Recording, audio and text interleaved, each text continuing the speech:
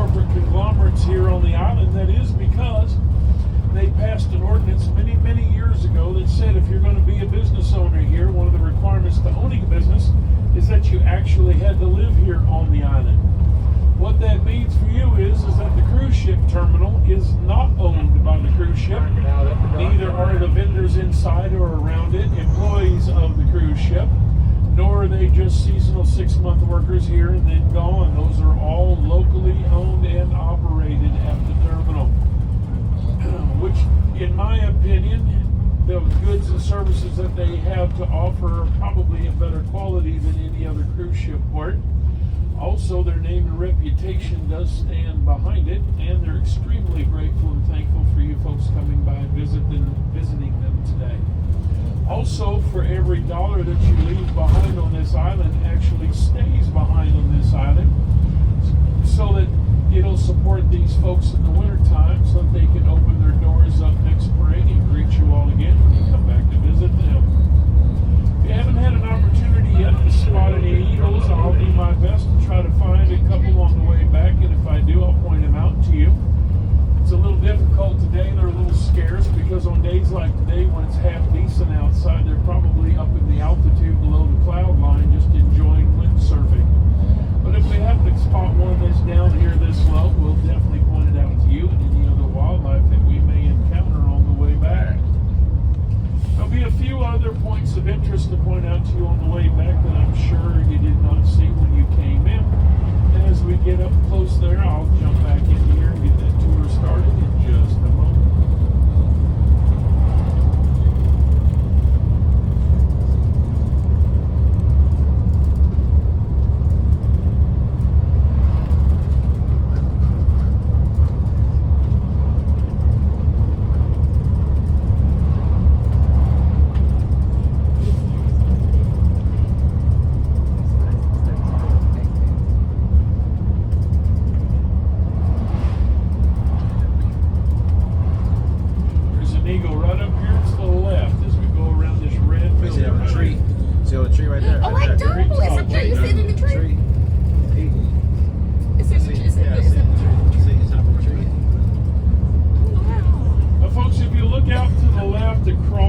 Across these rooftops on the opposite end side of the bay there, past those trees, you'll see another island out there that's covered in clouds.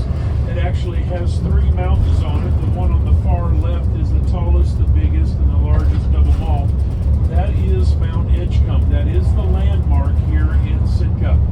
It is also the point of entry for the port of Sitka. You passed it when you came in this morning.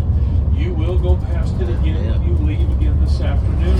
Also, it is sacred tribal lands to the natives here on the island, but most importantly, it is an active volcano. It's been dormant for 800 years. It started to wake up rapidly over the last 5 years, and it billows enough smoke that it gets the attention of the Coast Guard. And they'll go out there with a helicopter and they'll fly around it, they'll look at it, they'll observe it, they'll measure it, whatever it is that they do. Hopefully we can get you back on board your ship and out of port today before the eruption takes place.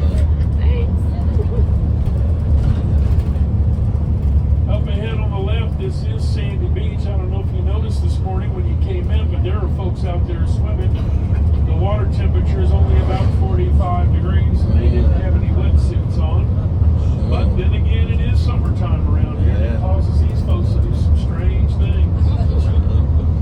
Here they don't do the polar plunge, they do the polar swim for fun. Just a moment ago, I was hoping they were still out there, but they're already gone. But just a moment ago when I was coming in town, the Coast Guard was out there practicing a water rescue. Now that is the sight to see. They had frog been in the water and they were practicing doing a rescue. Up ahead on the left, along this rocky seashore, you may spot some sea otters. This is the time of day that they come out and play around in the water, bob in and out like seals or up on the rocks. Also, I've heard 2 reports now that there's a couple humpback whales out here in the bay. You may want to keep watch, especially if there's any vessels out there, because a lot of times that's where they'll show themselves. We always enjoy it when the humpbacks come in here because they're pretty playful out there.